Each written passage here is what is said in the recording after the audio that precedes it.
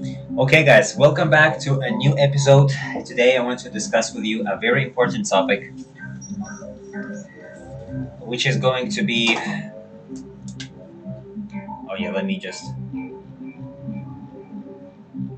Venus love. Okay, so, guys, today I want to speak with you about haram things. So, in my opinion, I want to be honest with you.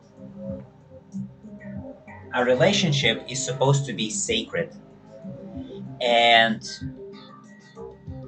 I am not justifying the why it's forbidden or why it's not forbidden. I just want to give you my honest perspective from a spiritual point of view and a healthy, like how it's supposed to be and what I believe to be true.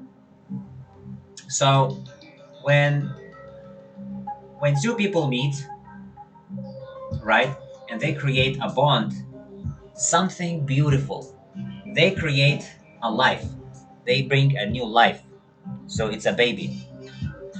When parents act in haste and just infatuations, dalliance, you know, without using any logic, what would happen is when they get a child, they would realize and wake up as if from a dream that they have completely different values.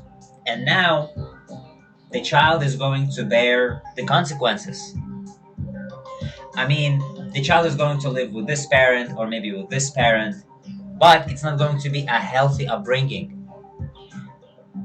You take a look at statistics when a child, you know, is living with one parent or another, it's better and it's healthier for the child when they live with both parents because it's meant to be something sacred. You share not only intimacy, but you share, your emotions, your energy, your essence, your potentially lifeline. Like you share, you like you're forming a bond with the person. And so this takes me to the next argument. If the person had too much or too many, too many,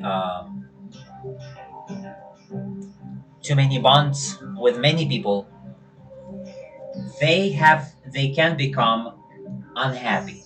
Why? This is not to one gender. I'm not speaking of only men or only women. Generally, when people psychologically have, the less option people have, the happier they feel.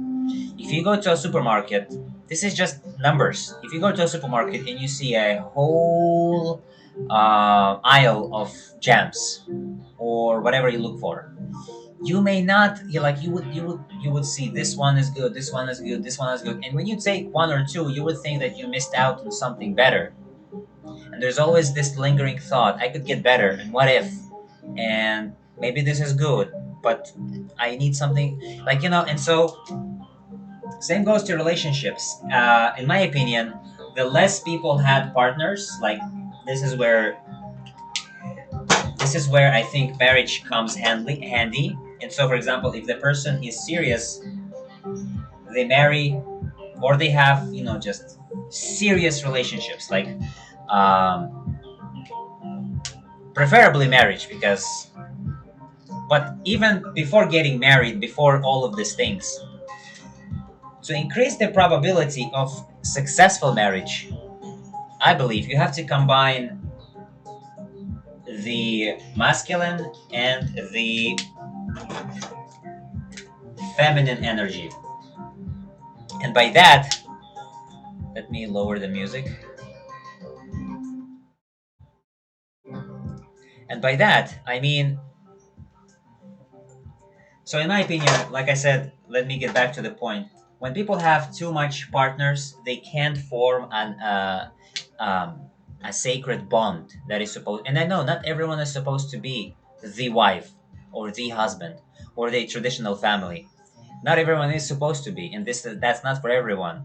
But regardless, sharing my opinion based on spiritual growth, based on experiences of life, and based on psychology, and and I've spent a really big time on relationship podcasts, reading books, making my own conclusions, studying. Like, I have read a lot of books, and I'm willing to share with you some of the books that are I read is MBTI, Reality Transurfing, Hermetic Principles, The Kabbalion, um, and many more.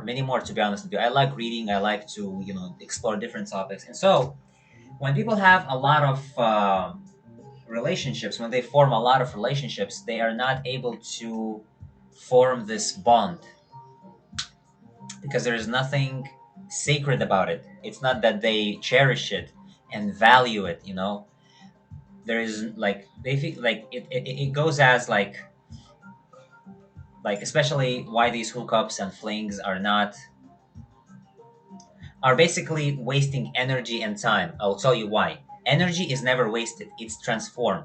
So when you indulge in a sexual relationship with a person who doesn't have your values, who doesn't have your spiritual alignment, spiritual practices, I would call it other, like, if you're into yoga, if your partner is not into yoga and they're different, or if you are. And so you end up wasting energy. So you spent this amazing time, this closeness with this person, but that person may not deserve it. Okay, you would tell me you can't judge people deserve or not deserve. I mean, who are you to judge? I agree with you. Maybe I have no right to judge. But I met many people. I met different kinds of people. And sometimes when you get like everyone, like not everyone, like many people have their own snakes, right? Everyone has their dark side and their good side.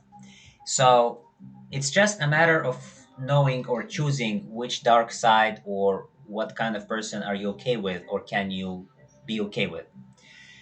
So sometimes like you meet a person, it's just for a fling, you be with them for one night, and it's not very productive because you wasted energy and you wasted time. That person could potentially get pregnant, right? And so whether you are a man or a woman, you could potentially have a child.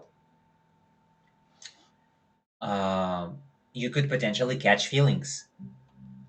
So like you could catch feelings, and then you would wake up and be like, okay, it was all emotions and it was all good. It was nice, but now I see that this person is completely different. For example, they are a Republican, you are a Democrat, or you are like, it's not a big. I know it's not a big deal, but you may be really different people and you have different view on life, right? And so that's where a lot of conflicts arise.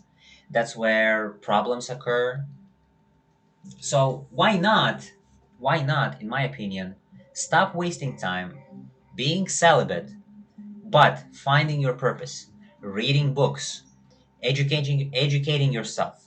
And if you think that you can use other people just to jerk off them, I would say maybe you're wrong, because you get used to it and you take it for granted. You don't take it as something like sacred, something special, like you take it for granted. And when the right person comes, there's this tendency to be like together for 3 to 5 years, and then you know.